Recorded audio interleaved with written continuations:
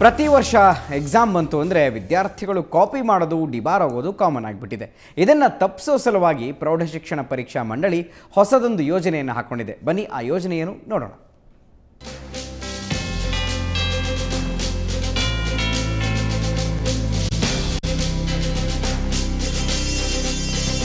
ವಿದ್ಯಾರ್ಥಿಗಳ ಭವಿಷ್ಯ ನಿರ್ಧರಿಸೋದೇ ಪರೀಕ್ಷೆ. ಅದರಲ್ಲೂ SSLC ನಿರ್ಣಾಯಕ ಘಟ್ಟ. ಆದರೆ ಅದೆಷ್ಟೋ ಮಕ್ಕಳು ಪ್ರಾಮಾಣಿಕವಾಗಿ ಎಕ್ಸಾಮ್ ಬರೆಯದೆ ನಕಲು ಮಾಡಲು ಹೋಗಿ ಡಿಬಾರ್ ಆಗ್ತಾರೆ. ಅಂತಹ ವಿದ್ಯಾರ್ಥಿಗಳ ಮನಸ್ಥಿತಿ ಅರಿಯುವ ಸಲುವಾಗಿ ರಾಜ್ಯದ ಪ್ರತಿ ಶಾಲೆಯಲ್ಲೂ ಕೌನ್ಸಿಲಿಂಗ್ ನಡೆಸಲು ಪರೀಕ್ಷಾ ಮಂಡಳಿ ಚಿಂತನೆ ನಡೆಸಿದೆ. ಈ ಮಾಲ್ ಪ್ರಾಕ್ಟೀಸ್ ಕೇಸ್ ಏನಾಗ್ತಾ ಇದೆ ಅವನ್ನು ಸ್ವಲ್ಪ ಮಟ್ಟಿಗೆ ಇನ್ನೂ ಆಳಕ್ಕಿಳಿದು ಆ ವಿದ್ಯಾರ್ಥಿ ಯಾರು, ಯಾಕೆ ಈ ಥರ ಒಂದು ಪರಿಸ್ಥಿತಿಗೆ ಸಿಗಾಕೊಂಡ, ಈ ಒಂದು ಮಾಲ್ ಪ್ರಾಕ್ಟೀಸ್ಗೆ ಮಾಡೋದಕ್ಕೆ ಏನೆಲ್ಲ ಕಾರಣಗಳು ಇದರಲ್ಲಿ ಇದ್ದಾವೆ ಅಂತಕ್ಕಂಥ ಸ್ವಲ್ಪ ಸ್ಟಡಿ ಮಾಡಿ ಅದನ್ನೆಲ್ಲ ಸ್ವಲ್ಪ ಹೋಗಲಾಡಿಸೋದಕ್ಕೆ ನಾವು ಪ್ರಯತ್ನ ಮಾಡಬೇಕು ಅಂತೇಳಿ ನಾವು ಒಂದು ಯೋಚನೆಯನ್ನು ಈಗಾಗಲೇ ಮಾಡಿದ್ದೇವೆ. 2013ರಲ್ಲಿ ನಡೆದ SSLC ಪರೀಕ್ಷೆಯಲ್ಲಿ 95 ವಿದ್ಯಾರ್ಥಿಗಳು ಡಿಬಾರ್ ಆಗಿದ್ರು. ಈ ಬಾರಿ ಸಂಖ್ಯೆ 49ಕ್ಕೆ ಇಳಿದಿದೆ. SSLC ವಿದ್ಯಾರ್ಥಿಗಳಿಗೆ ಕೌನ್ಸಿಲಿಂಗ್ ನಡೆಸುವ ಮೂಲಕ ಡಿಬಾರ್ ಪ್ರಮಾಣವನ್ನು ಶೂನ್ಯಕ್ಕಿಳಿಸುವ ಯೋಜನೆ ಮಂಡಳಿಯದ್ದು. ಚೀಫ್ ಸೂಪರಿಂಟ್ ರಿಪೋರ್ಟ್ ಕಳಿಸ್ತಾರೆ, ಅದ್ರ ಮೇಲೆ ನಾವು ಡಿಬಾರ್ ಮಾಡಿರ್ತಕ್ಕಂಥ ಒಂದು ಪ್ರಕ್ರಿಯೆಯನ್ನು ನಡೆಸ್ತೀವಿ. ಅಂತೂ ಸಾಧ್ಯವಾದಷ್ಟು ನಾವು ಈ ಒಂದು ಸಂಖ್ಯೆಯನ್ನು ಝೀರೋಗಿಳಿಸಬೇಕು ಅಂತಕ್ಕಂಥ ಉದ್ದೇಶ ಮಂಡಳಿಯಲ್ಲಿ ಕೂಡ ಇದೆ. ನಾನು ಕೂಡ ಅದರ ಬಗ್ಗೆ ಒಂದು ಶೈಕ್ಷಣಿಕ ಹಿತಚಿಂತಕನಾಗಿ ನಾನು ಅದರ ಬಗ್ಗೆ ಯೋಚನೆ ಮಾಡ್ತಾ ಇದ್ದೇನೆ. ಓದಿನ ಜೊತೆಗೆ ವಿದ್ಯಾರ್ಥಿಗಳು ಪ್ರಾಮಾಣಿಕ ಮನಸ್ಥಿತಿ ಕೂಡ ಅವರ ಭವಿಷ್ಯಕ್ಕೆ ಪೂರಕವಾಗಿರುತ್ತೆ. ಹಾಗಾಗಿ ಪರೀಕ್ಷಾ ಮಂಡಳಿಯ ಈ ಕೌನ್ಸಿಲಿಂಗ್ ಯೋಜನೆ ಸ್ವಾಗತಾರ್ಹ. ಬೆಂಗಳೂರಿನಿಂದ ಕ್ಯಾಮ್ರಾಮನ್ ವೀರೇಶ್ ಜೊತೆ ನಂದೀಶ್ ಮಲ್ಲೇನಹಳ್ಳಿ, ಸುವರ್ಣ ನ್ಯೂಸ್. ಅದೊಂದು ವಿಚಿತ್ರವಾದ ಕಾಯಿಲೆ. ಇದ್ದಕ್ಕಿದ್ದ ಹಾಗೆ ಹೊಟ್ಟೆ ಊದ್ಕೊಳ್ಳುತ್ತೆ. ಆ ಕಾಯಿಲೆ ಬಂತು ಅಂದರೆ ಲಿವರ್ ಕೆಲಸ ಮಾಡೋಲ್ಲ. ಈ ಮಹಾಮಾರಿ ಸುಂದರ ಸಂಸಾರವನ್ನು ಛಿದ್ರ ಮಾಡಿದೆ.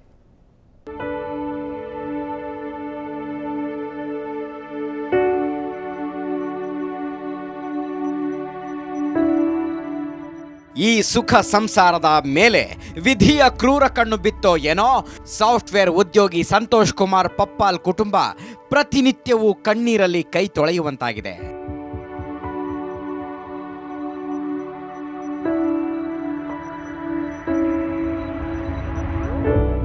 ಸಾಫ್ಟ್ವೇರ್ ಕಂಪನಿಯಲ್ಲಿ ಉದ್ಯೋಗ, ಪತ್ನಿ, ಮಗ, ಹೀಗೆ 3 ವರ್ಷಗಳ ಹಿಂದೆ ಪುಟ್ಟದಾದ ಸುಂದರ ಬದುಕು ಇವರದ್ದು.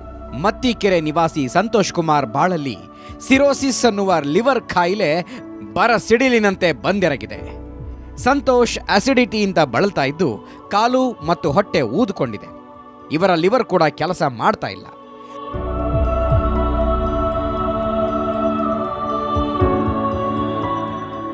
ಗಂಡನ ಕಷ್ಟವನ್ನ ನೋಡಲಾರದೆ ಪತ್ನಿ ಉಮಾ ತನ್ನ ಲಿವರನ್ನೇ ದಾನ ಮಾಡಲು ಮುಂದಾಗಿದ್ದಾರೆ. 3 ವರ್ಷದ ಮೊದಲು ನಮ್ಮದು ಸುಖ ಸಂಸಾರ. ನಾನು, ನನ್ನ ಮಗ ಮತ್ತು ಗಂಡ 3 ಚೆನ್ನಾಗಿದ್ವಿ. ಆದರೆ ಇವರಿಗೆ ಈ ಕಾಯಿಲೆ ಬಂದಾಗ್ನಿಂದ ತುಂಬಾ ಹಣ ಖರ್ಚು ಮಾಡಿ ಎಲ್ಲವನ್ನ ಕಳ್ಕೊಂಡ್ವಿ. ನಮ್ಮ ಹತ್ರ ಈಗ ಏನೂ ಉಳಿದಿಲ್ಲ. ಒಡವೆಯನ್ನೂ ಮಾರಿ ಆಸ್ಪತ್ರೆಗೆ ತೋರಿಸಿದೆ, ಆದರೂ ಕಾಯಿಲೆ ಕಡಿಮೆಯಾಗಿಲ್ಲ. ಇವರಿಗೆ ಬೇರೆ ಲಿವರ್ನ ಅವಶ್ಯಕತೆ ಇರೋದ್ರಿಂದ ನಾನು ನನ್ನ ಲಿವರನ್ನೇ ಅವರಿಗೆ ಟ್ರಾನ್ಸ್ಫರ್ ಮಾಡಿಸ್ತಿದ್ದೀನಿ. ಆದರೆ ಅದಕ್ಕೆ 30 ಲಕ್ಷ ರೂಪಾಯಿ ಬೇಕು. ನನ್ನ ಹತ್ತಿರ ಗಂಡ ಮಗನನ್ನ ಬಿಟ್ಟು ಬೇರೇನೂ ಇಲ್ಲ. ದಯಮಾಡಿ ನನ್ನ ಗಂಡನನ್ನ ಬದುಕಿಸೋಕೆ ಸಹಾಯ ಮಾಡಿ. ಮೊದಲು ಈ ಕಾಯಿಲೆ ವೈದ್ಯರ ಗಮನಕ್ಕೂ ಬಂದಿರಲಿಲ್ಲ. ಸಂತೋಷ್ ಬದುಕಬೇಕು ಅಂದ್ರೆ ಲಿವರ್ ಟ್ರಾನ್ಸ್ಪ್ಲಾಂಟ್ ಮಾಡಲೇಬೇಕು ಅಂತಾರೆ ವೈದ್ಯರು. ಲಿವರ್ ತೊಂದರೆಗೋಸ್ಕರ ಹೊಟ್ಟೆ ಊದ್ತಾ ಇದೆ, ಕಾಲ ಊದ್ತಾ ಇದೆ, ಜಾಸ್ತಿ ವೆಯ್ಟ್ ಕಡಿಮೆ ಆಗುತ್ತೆ. He is very limited in his mobility. He is in a wheelchair. He can't do any work. So he is housebound. So he is in a very bad way. Okay. His life expectancy tumba kadame ide. Few weeks, few months ashte. Jasti he won't live because of liver problem.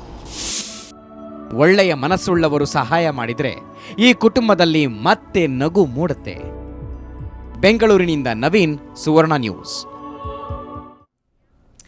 ಬನ್ನೀಗ Shri Sai gold ಪ್ಯಾಲೇಸ್ನಲ್ಲಿ ಇವತ್ತಿನ ಚಿನ್ನದ ದರವನ್ನು ನೋಡೋಣ.